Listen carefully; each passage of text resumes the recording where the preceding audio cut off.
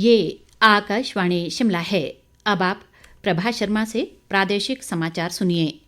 आज के मुख्य समाचार। केंद्रीय सूचना व प्रसारण मंत्री अनुराग सिंह ठाकुर ने कहा, कांग्रेस ने चीन और पाकिस्तान की कठपुतली बनकर सेना को किया कमजोर। मुख्यमंत्री सुखविंदर सिंह सुक्खू ने बड़सर में पार्टी प्रत्याशियों के लिए मांगे वोट। इंद्रदत्त लखनपाल पर लगाया कांग्रेस के साथ धोखा करने का आरोप। प्रदेश में 85 वर्ष से अधिक आयु और दिव्यांग मतदाताओं के लिए होम वोटिंग की सुविधा की प्रक्रिया आज से आरंभ। और केंद्रीय निर्वाचन आयोग ने प्रदेश के विभिन्न विभागों से संबंधित 61 मामलों को दी मंजूरी। अब समाचार विस्तार से। भाजपा के वरिष्ठ नेता और केंद्रीय सूचना व प्रसारण मंत्री अनुराग सिंह ठाकुर ने कहा है कि कांग्रेस ने चीन और पाकिस्तान की कठपुतली बनकर सेना का मनोबल तोड़ने और उसे कमजोर करने का काम किया है। हमीरपुर संसदीय क्षेत्र के कुटलैहड़ और बड़सर विधानसभा क्षेत्रों में जनसभाओं को संबोधित करते हुए और मीडिया से बातचीत में अनुराग ठाकुर ने कहा कि यूपीए सरकार में सैनिक बेहतर सुविधाओं को तरसते रहे और कांग्रेस दुश्मनों के एजेंडे पर काम करती रही। उन्होंने कहा कि मोदी राज में देश की सेना और सीमाएं दोनों ही सशक्त व सुरक्षित हुई हैं। उन्होंने कहा कि रक्षा सौदों में भ्रष्टाचार करने वाली कांग्रेस को सेना पर ज्ञान बांटने का कोई अधिकार नहीं है। अनुराग ठाकुर ने ये भी कहा कि देश को आज़ाद हुए 75 वर्ष हो गए हैं, लेकिन कांग्रेस के तार आज भी पाकिस्तान से जुड़े हैं। कांग्रेस के वरिष्ठ नेता व मुख्यमंत्री सुखविंदर सिंह सुक्खू ने आज बड़सर विधानसभा क्षेत्र के चकमोह, बिझड़ी, महारल और धंगोटा में चुनावी जनसभाएं आयोजित कर यहां से कांग्रेस उम्मीदवार सुभाष चंद और हमीरपुर संसदीय क्षेत्र से पार्टी उम्मीदवार सतपाल रायजादा के लिए वोट मांगे। मुख्यमंत्री ने इस दौरान बड़सर के पूर्व विधायक व भाजपा उम्मीदवार इंद्रदत्त लखनपाल पर हर जगह निशाना साधा और कहा कि उन्होंने कांग्रेस के साथ धोखा किया है। मुख्यमंत्री ने कहा कि इंद्रदत्त लखनपाल जब कांग्रेस के नहीं हुए तो इस क्षेत्र के लोगों के भी नहीं हो सकते, इसलिए क्षेत्र के मतदाता उनके झांसे में न आएं।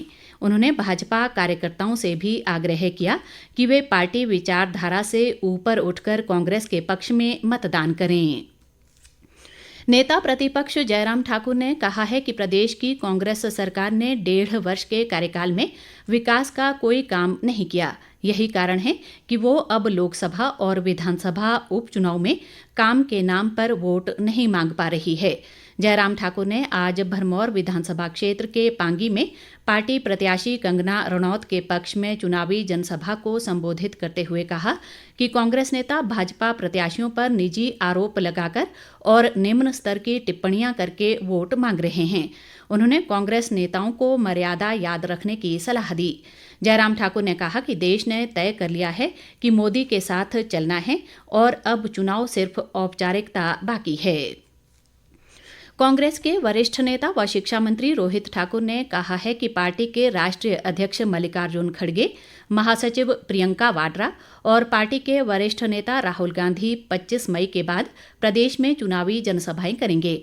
रोहित ठाकुर ने आज शिमला में पत्रकारों से बातचीत करते हुए कहा कि पार्टी के राष्ट्रीय नेताओं के प्रदेश दौरे को अंतिम रूप दिया जा रहा है। उन्होंने दावा किया कि प्रदेश में कांग्रेस पार्टी को जनता का भरपूर समर्थन मिल रहा है और पार्टी लोकसभा की सभी 4 सीटें तथा विधानसभा की सभी 6 सीटों पर जीत दर्ज करेगी। मंडी संसदीय क्षेत्र से कांग्रेस प्रत्याशी व लोक निर्माण मंत्री विक्रमादित्य सिंह ने दावा किया है कि देश में इस बार इंडी गठबंधन की सरकार बनने जा रही है। उन्होंने लोगों से 1 जून को कांग्रेस के पक्ष में मतदान की भी अपील की। मंडी सदर विधानसभा क्षेत्र में आज विभिन्न स्थानों पर चुनाव जनसंपर्क कार्यक्रमों में हिस्सा लेते हुए विक्रमादित्य सिंह ने कहा कि वे एक बड़े विजन के साथ लोकसभा चुनाव लड़ रहे हैं। मंडी संसदीय क्षेत्र से भाजपा प्रत्याशी कंगना रणौत ने आरोप लगाया है कि इस संसदीय क्षेत्र से कांग्रेस उम्मीदवार विक्रमादित्य सिंह अहंकार में महिला विरोधी बयान दे रहे हैं। उन्होंने कहा कि विक्रमादित्य सिंह अपनी हार सामने देख बौखला गए हैं और लोगों की धार्मिक भावनाओं को भड़काने वाले बयान दे रहे हैं। उन्होंने सलाह दी कि विक्रमादित्य सिंह देव समाज का ठेकेदार बनना बंद करें, क्योंकि प्रदेश की जनता उनके आचरण से भली भांति परिचित है। कंगना रनौत ने कहा कि कांग्रेस के पास ना नेता है ना नियत। उन्होंने दावा किया कि 4 जून को देश में इंडी गठबंधन खत्म हो जाएगा। भाजपा नेता व पूर्व मंत्री मेजर विजय सिंह मनकोटिया ने कहा है कि कांग्रेस ने प्रदेश की बागडोर एक ऐसे व्यक्ति के हाथों में दे दी है जिसे ना तो कार्य करने का अनुभव है और ना ही सरकार चलाने का तजुर्बा। मनकोटिया ने आज धर्मशाला में एक पत्रकार वार्ता में कहा कि हिमाचल का कल्याण सिर्फ प्रधानमंत्री नरेंद्र मोदी ही कर सकते हैं, इसलिए मौजूदा चुनाव में प्रदेशवासियों को मजबूती के साथ केंद्र में भाजपा की सरकार बनानी होगी। उन्होंने ये भी कहा कि प्रदेश की जनता ने विधानसभा चुनाव में जो भूल की है उसे मौजूदा चुनाव में सुधारने का बेहतर मौका है। प्रादेशिक समाचार आकाशवाणी शिमला से प्रसारित किए जा रहे हैं। प्रदेश में 1 जून को होने वाले लोकसभा चुनाव व विधानसभा की 6 सीटों पर हो रहे उपचुनाव के लिए 85 वर्ष से अधिक आयु वर्ग और 40% से अधिक दिव्यांग मतदाताओं के लिए आज से होम वोटिंग प्रक्रिया शुरू हो गई है। इसके तहत मोबाइल पोलिंग पार्टियां बुजुर्गों और दिव्यांग मतदाताओं के वोट करवाने के लिए घर घर पहुंच रही हैं। मुख्य निर्वाचन अधिकारी मनीष गर्ग ने शिमला में आकाशवाणी से बातचीत में कहा कि प्रपत्र 12D के माध्यम से 48,919 आवेदनों में से अब तक 37,362 प्रपत्र स्वीकार किए गए हैं। उन्होंने कहा कि इन चुनावों में 85 वर्ष से अधिक आयु वर्ग के 32,370 मतदाताओं से प्रपत्र प्राप्त हुए हैं और अभी तक इस श्रेणी के 25,958 मतदाताओं के प्रपत्र निर्वाचन विभाग द्वारा स्वीकार कर लिए गए हैं। मुख्य निर्वाचन अधिकारी ने कहा कि इसी तरह 13,554 दिव्यांग मतदाताओं के प्रपत्र विभाग को प्राप्त हुए हैं।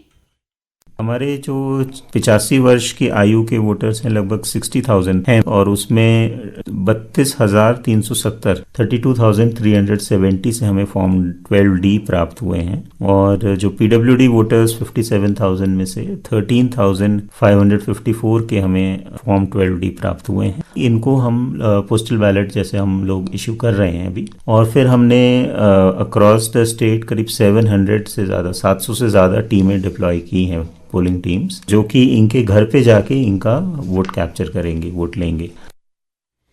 केंद्रीय चुनाव आयोग ने प्रदेश के विभिन्न विभागों से संबंधित 61 मामलों को अपनी स्वीकृति दी है। निर्वाचन विभाग के एक प्रवक्ता ने आज शिमला में कहा कि प्रदेश सरकार के विभिन्न विभागों की ओर से स्वीकृति के लिए 77 मामले आए थे। इनमें से 7 मामलों को स्पष्टीकरण के लिए संबंधित विभागों को वापस भेजा गया है, जबकि शेष मामलों को मंजूरी दे दी गई है।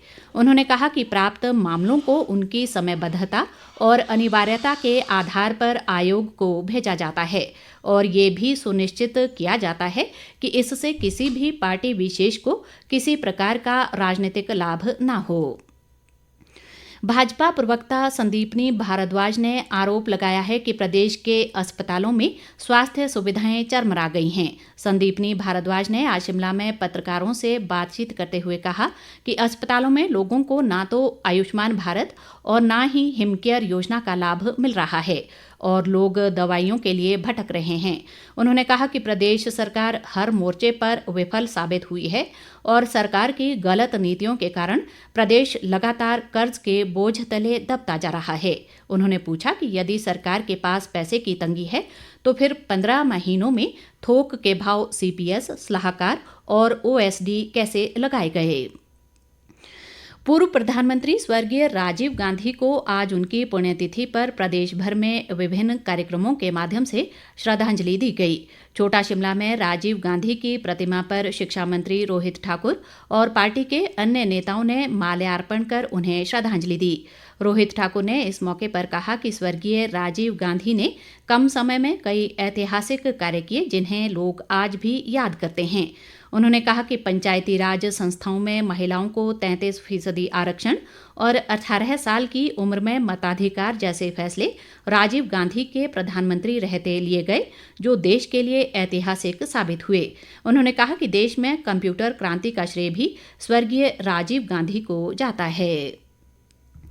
कांग्रेस के राष्ट्रीय प्रवक्ता आलोक शर्मा ने कहा है कि देश में लोकसभा चुनाव के 5 चरण पूरा हो जाने के बाद कांग्रेस बढ़त की ओर अग्रसर है। आलोक शर्मा ने आज शिमला में एक पत्रकार वार्ता में कहा कि इंडी गठबंधन बहुमत की ओर अग्रसर है और देश में अगली सरकार इसी गठबंधन की होगी। उन्होंने आरोप लगाया कि भाजपा ने वर्ष 2014 और वर्ष 2019 के लोकसभा चुनाव में जनता से जो वायदे किए थे वो सब झूठ निकले हैं।